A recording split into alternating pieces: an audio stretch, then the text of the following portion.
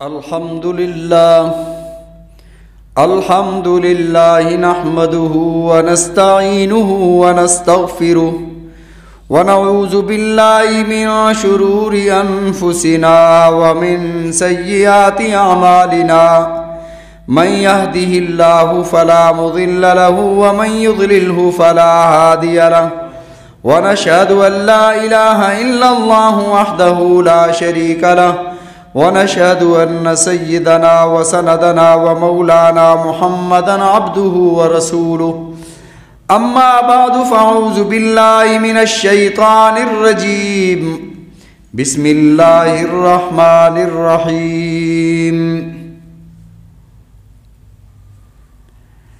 يا أيها الذين آمنوا توبوا إلى الله توبة نصوحا وقال الله تبارك وتعالى في مقام آخر وتوبوا إلى الله جميعا أيها المؤمنون لعلكم تفلحون وقال النبي صلى الله عليه وسلم طوبى لمن وجد استغفارا في صحيفته استغفارا كثيرا أو كما قال عليه السلام صدق الله وصدق رسوله النبي الكريم ونحن على ذلك لمن الشاهدين والشاكرين والحمد لله رب العالمين اللهم صل على محمد وعلى آل محمد كما صليت على إبراهيم وعلى آل إبراهيم إنك حميد مجيد اللهم بارك على محمد وعلى آل محمد كما باركت على إبراهيم وعلى آل إبراهيم إنك حميد مجيد۔ محترم دوستو، بزرگوں، بھائیوں، آپ حضرات کے سامنے کلام مقدس فرقان حمید سے چند آیات اور حدیث مبارکہ تلاوت کی۔ دعا ہے کہ رب العزت مجھے صحیح، حق اور سچ بیان کرنے کی توفیق عطا فرمائے اور ہم سب کو سمجھنے کی اور عمل کرنے کی توفیق عطا فرمائے۔ رب کائنات لم یزل نے اپنے کلام میں ارشاد فرمایا فَأَلْهَمَهَا فُجُورَهَا وَتَقْوَاهَا کہ ہم نے انسان کو خیر اور شر کا مجموعہ سے پیدا فرمایا۔ انسان کے اندر اللہ نے شر بھی رکھا، اس کے اندر خیر بھی رکھی۔ قیامت کے دن جس میں خیر غالب ہوگی، نیکیاں زیادہ ہوں گی، وہ کامیاب تصور کیا جائے گا، اور جس کے پاس نیکیاں کم ہوں گی، شر زیادہ پایا گیا، وہ ناکام تصور کیا جائے گا۔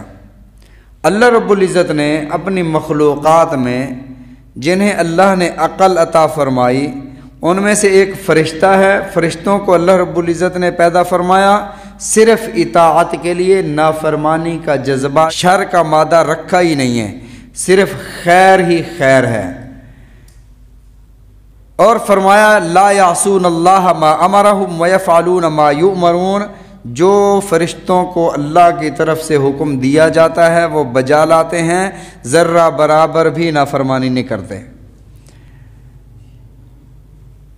انسان اور جنات، ان کو بھی اللہ نے عقل عطا فرمائی، اور ان میں بھی اللہ نے خیر اور شر دونوں مادے رکھ دیے۔ شر کا مادہ بھی رکھا، خیر بھی رکھی، لیکن جنات میں شر غالب ہے، انسان میں خیر غالب ہے۔ انسان نیکی کی طرف زیادہ مائل ہوتا ہے، تو یہی وجہ ہے کہ اللہ نے انبیاء کا سلسلہ انسانوں میں قائم فرمایا اور جنات کو انہی کے تابع فرمایا۔ اللہ نے فرمایا فَأَلْهَمَهَا فُجُورَهَا وَتَقْوَاهَا، گناہ کرنے کی صلاحیت بھی رکھ دی، نیکی کرنے کی صلاحیت اور طاقت بھی عطا فرما دی۔ یہ نہیں ہے کہ اب قلم خشک ہو چکے، جو اللہ نے تقدیر لکھ دی تو اللہ چاہیں گے تو ہم نماز پڑھیں گے، اللہ چاہیں گے تو ہم یہ کریں گے۔ اللہ رب العزت نے یہ لکھ دیا ہے کہ یہ خیر اور شر کا مجموعہ ہے، نیکی کرو گے تو جنت، بدی کرو گے تو دوزخ، یہ اللہ نے طے فرما دیا ہے۔ اس کی مثال دنیا میں یہ دیکھیں، سگریٹ کی ڈبی پر لکھا ہوتا ہے کہ تمباکو نوشی انسان کی صحت کے لیے مضر، نقصان دہ، کینسر کا باعث ہے۔ اب اختیار ہے کہ اگر کوئی پی کر اپنے لیے بیماریاں خرید لے یا اس سے بچ کر صحت کے فیصلے اپنے لیے تا زندگی کر لے۔ تو اللہ نے خیر اور شر کا راستہ دکھا دیا اور دنیا کو دارالامتحان بنایا، یہ خیر کا راستہ، یہ شر کا راستہ۔ اب ایک انسان نے گناہ کر لیا تو اس کا ازالہ کرنے کی کیا صورت ہے؟ گناہ تو ہو گیا انسان سے، شیطان مایوس کر دیتا ہے کہ ویسے تو گناہ ہو گیا ہے، اب تو ویسے تو جہنم میں جائے گا، اب تو ویسے ہی تو دوزخی ہے، چلو اور ہی کر لے۔ تو شیطان یہ وسوسے ڈال ڈال کر اس بندے کو اسی طرف لگائے رکھتا ہے کہ میں تو ویسی ہی بھی جہنمی ہوں، میں تو ویسے دوزخ میں جاؤں گا، جب جانا ہی دوزخ میں ہے پھر اور چاہے جو بھی کر لو، ویسے ہی نافرمان لکھا گیا ہوں۔ حالانکہ یہ مایوسی والی باتیں ہیں کہ اللہ کی رحمت سے مایوس مومن نہیں ہوا کرتا۔ فرمایا انہو لا ییأس من روح اللہ الا القوم الکافرون، کافر قوم اللہ کی رحمت سے مایوس ہوتی ہے، مومن مایوس نہیں ہوا کرتا۔ یہ اللہ نے اپنے کلام میں ارشاد فرمایا۔ یہی وجہ ہے چھوٹی سے چھوٹی مصیبت پر، بڑی سے بڑی مصیبت پر اللہ رب العزت نے ایک جملہ سکھایا مومن مسلمانوں کو۔ فرمایا جب تمہیں کوئی چھوٹی مصیبت پہنچے یا بڑی مصیبت پہنچے، انا للہ و انا الیہ راجعون پڑھ لو، اللہ تمہاری اس مصیبت کو دھو کر تمہارے لیے اجر و ثواب لکھ دیں گے۔ آپ نے دیکھا ہوگا، آپ سرچ فرما لیں، آج کل تو نیٹ کا دور ہے، انٹرنیٹ میں دنیا ایک بستی کی طرح، ایک کالونی کی طرح بن گئی ہے۔ آپ سرچ فرمائیں جو غیر مسلم ممالک ہیں، جہاں زیادہ تر لوگ غیر مسلم رہتے ہیں، آپ حیران ہو جائیں گے، آپ تعجب کریں گے کہ وہاں کے لوگوں کو تھوڑی سی کوئی تکلیف پہنچتی ہے، ذہنی پریشانی، کوئی ٹینشن ہوتی ہے، وہ خودکشیاں کر لیتے ہیں، وہ اپنی انگلیاں تک چبا ڈالتے ہیں۔ لیکن مسلمان کو اللہ رب العزت نے یہ نعمت عطا فرمائی کہ جب تمہیں کوئی مصیبت پہنچے، انا للہ و انا الیہ راجعون پڑھ لو، اللہ تمہاری اس مصیبت کو دھو کر تمہارے لیے اجر و ثواب کا وعدہ ہے، اجر و ثواب عطا فرمائیں گے۔ اما عائشہ صدیقہ رضی اللہ تعالیٰ عنہ نبی علیہ الصلوۃ والسلام کے ساتھ تشریف فرمائیں، اتنے میں چراغ بجھ گیا تو رسول اللہ صلی اللہ علیہ وسلم نے پڑھا انا للہ و انا الیہ راجعون۔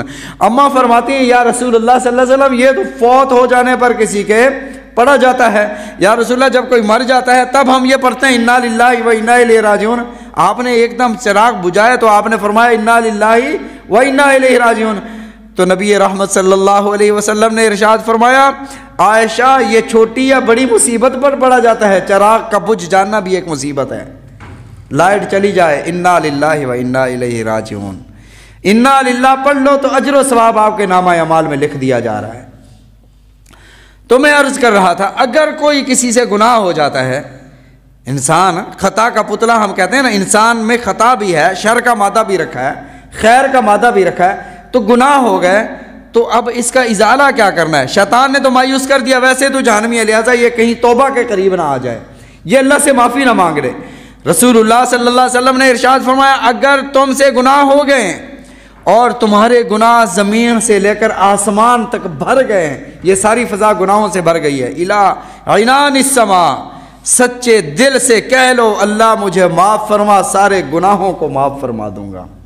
وہ ایک واقعہ میں نے پڑھا کہ ایک بابا جی تھے، وہ بازار میں کھڑے رو رہے تھے، کوئی آدمی گزرا، وہاں سے پوچھا کہ بابا جی کیوں رو رہے ہو؟ کہتے ہیں کہ میں نے اللہ سے بات کی ہے کہ اللہ اور بندوں کی صلح کرا دوں، تو میں نے ان سے بات کی ہے کہ اللہ سے صلح کر لو، اللہ نے فرمایا ہے کہ ایک دفعہ سچے دل سے کہہ دو اللہ میرے گناہوں کو معاف فرما، یبدل اللہ سیئاتہم حسنات، صرف معاف نہیں فرماؤں گا، تمہارے گناہوں کو نیکیوں میں کنورٹ کر دوں گا، نیکیوں میں بدل دوں گا۔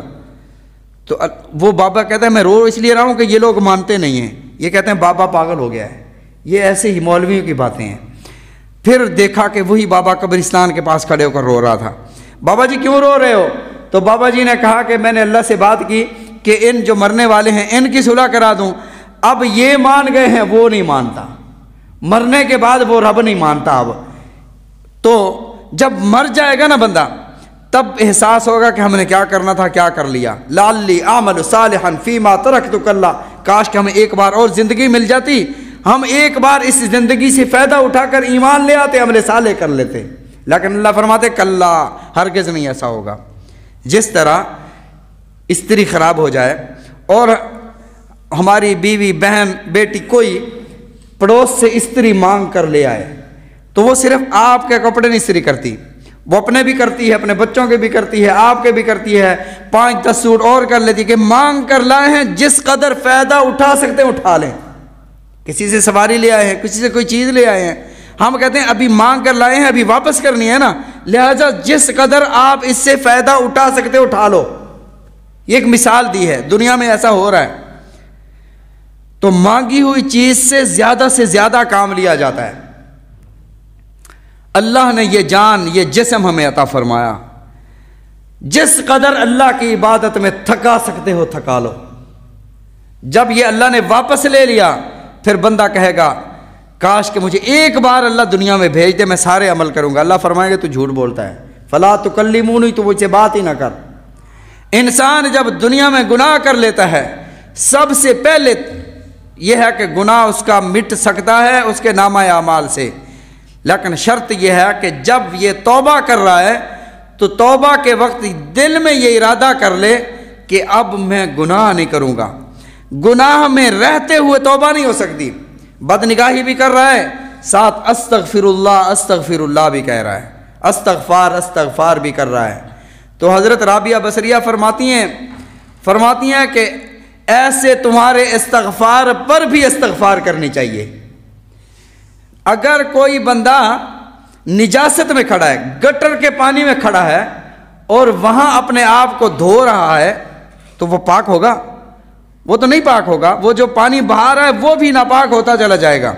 پہلے نجاست سے الگ ہونا پڑے گا، پہلے گناہ سے دور ہو، پھر اللہ کی بارگاہ میں توبہ کر۔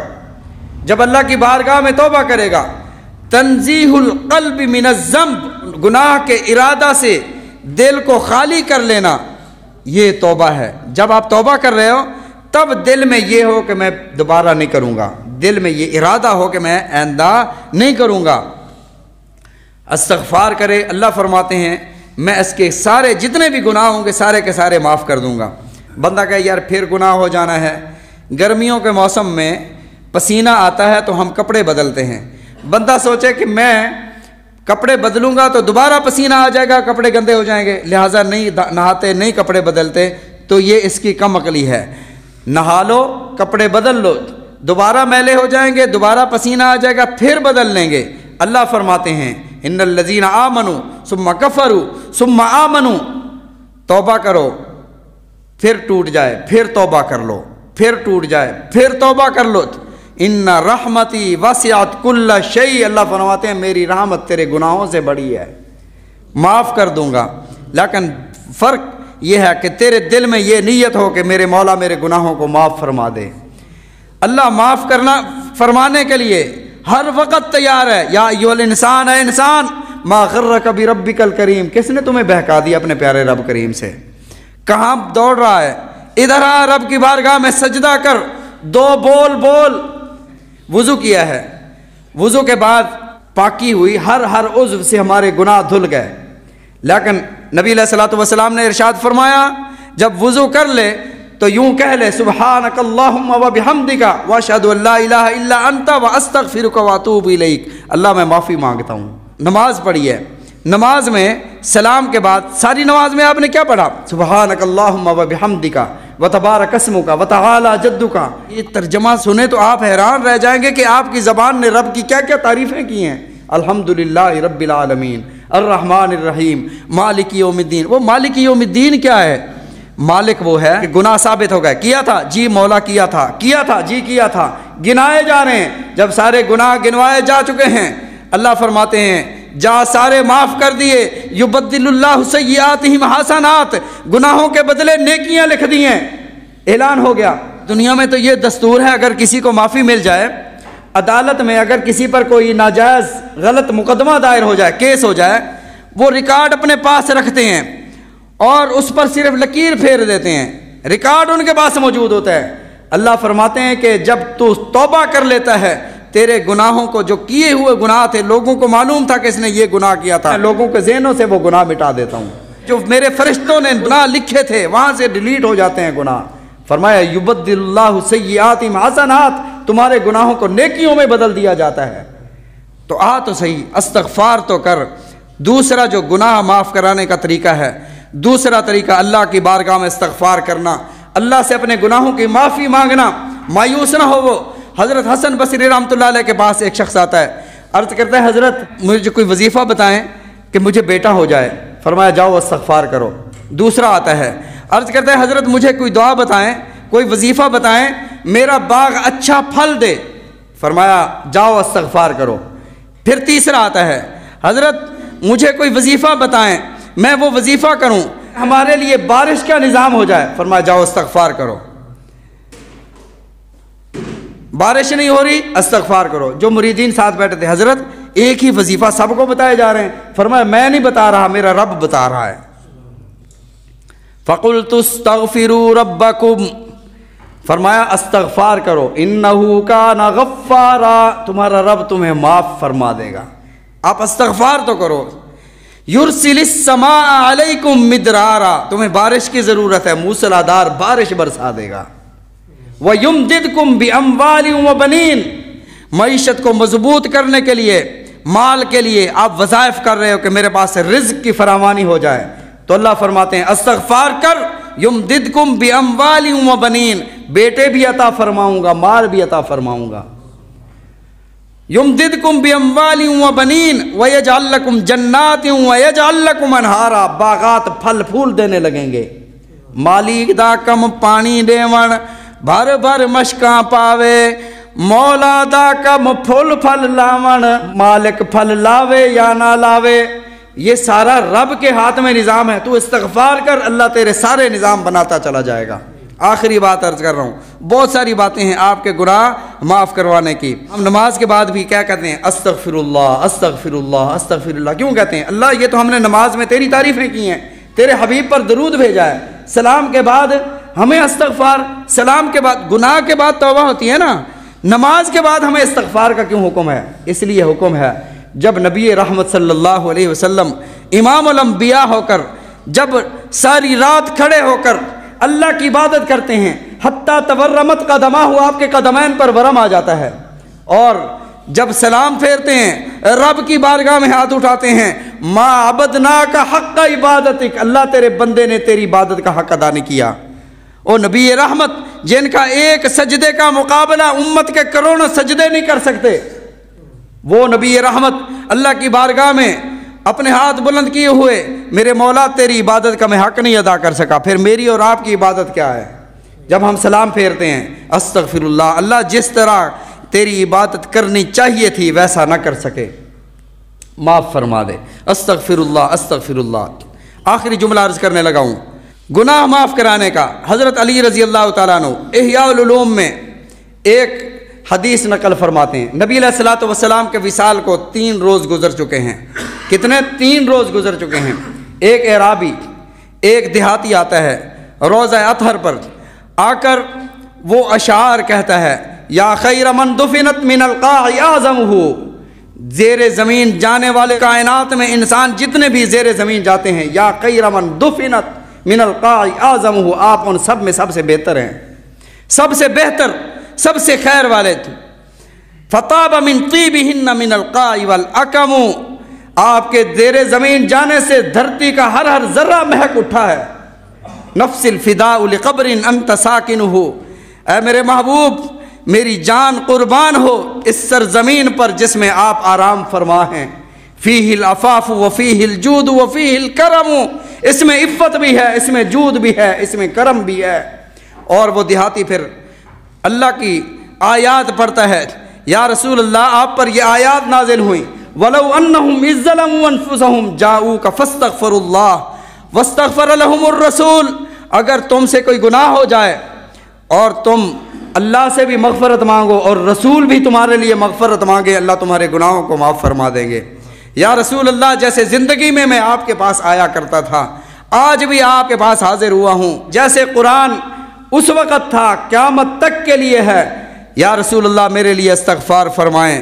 فرمایا، امام عتبی رحمۃ اللہ علیہ فرماتے ہیں میں اس وقت وہاں موجود تھا، مجھے غنودگی آئی، رسول رحمت صلی اللہ علیہ وسلم کا دیدار نصیب ہوا۔